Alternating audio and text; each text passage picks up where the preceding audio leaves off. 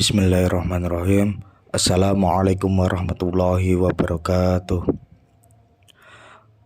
Alhamdulillahirabbil alamin wa bihi nasta'in ala umuri dunya waddin.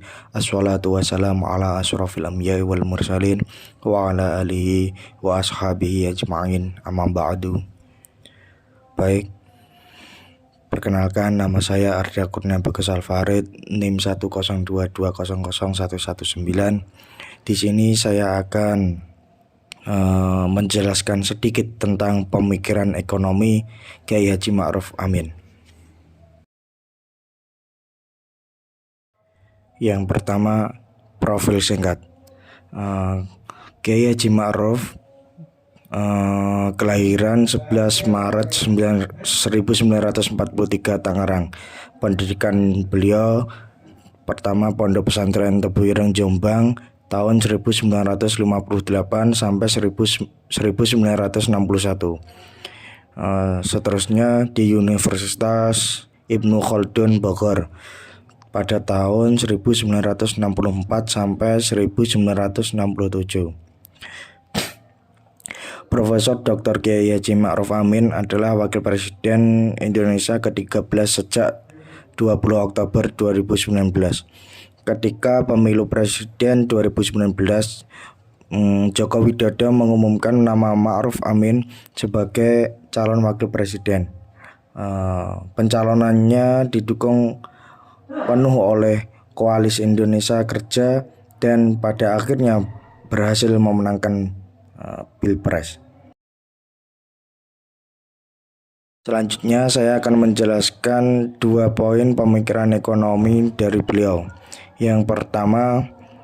Poin yang pertama, mendukung perluasan ekonomi berbasis syariah. Dalam orasi ilmiahnya, Kiai Ma'ruf banyak membahas pengaruh fatwa kepada penerbitan perundangan dan dampak kepada ekonomi syariah. Kiai Ma'ruf memberi contoh soal hukum bunga perbankan yang dianggap riba sehingga menumbuh kembangkan sektor ekonomi syariah. Beliau mengatakan MUI pernah mengeluarkan fatwa keharaman bunga bank lantaran dianggap riba yang kemudian berdampak kepada banyaknya bank syariah. Fatwa tersebut juga mengakibatkan pemerintah menerbitkan beberapa undang-undang seperti Undang-Undang Nomor 19 Tahun 2008 tentang Surat Berharga Syariah Negara dan Undang-Undang Nomor 21 Tahun 2008 tentang Perbankan Syariah. Tahun 1990 sampai 1998 hanya ada satu bank syariah. Pada 1998 sampai 2002 lahir 5 bank syariah. Sedangkan sejak 2003 semakin banyak muncul bank syariah, baik unit usaha syariah ataupun bank umum syariah.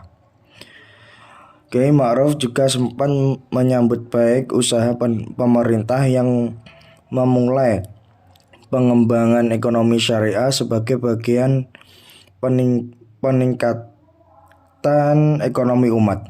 Salah satu contohnya adalah penerbitan sukuk dan instrumen keuangan syariah lainnya seperti asuransi, pembiayaan, dan pasar modal. Namun di luar keuangan syariah, dirinya masih berharap bukan itu saja yang dikembangkan, tapi juga bisnis dan wisata syariah lainnya. Poin yang kedua, pendekatan ekonomi bottom up. Kiai Ma'ruf mendukung pendekatan ekonomi dari bawah ke atas dan meninggalkan pendekatan top down atau dari atas ke bawah. Pendekatan bottom up disebutnya telah dicanangkan MUI sebagai konsep era ekonomi baru di Indonesia. Dia mengatakan kedepannya ekonomi nasional harus ditopang oleh ekonomi umat, bukan hanya ditopang oleh segelintir konglomerat.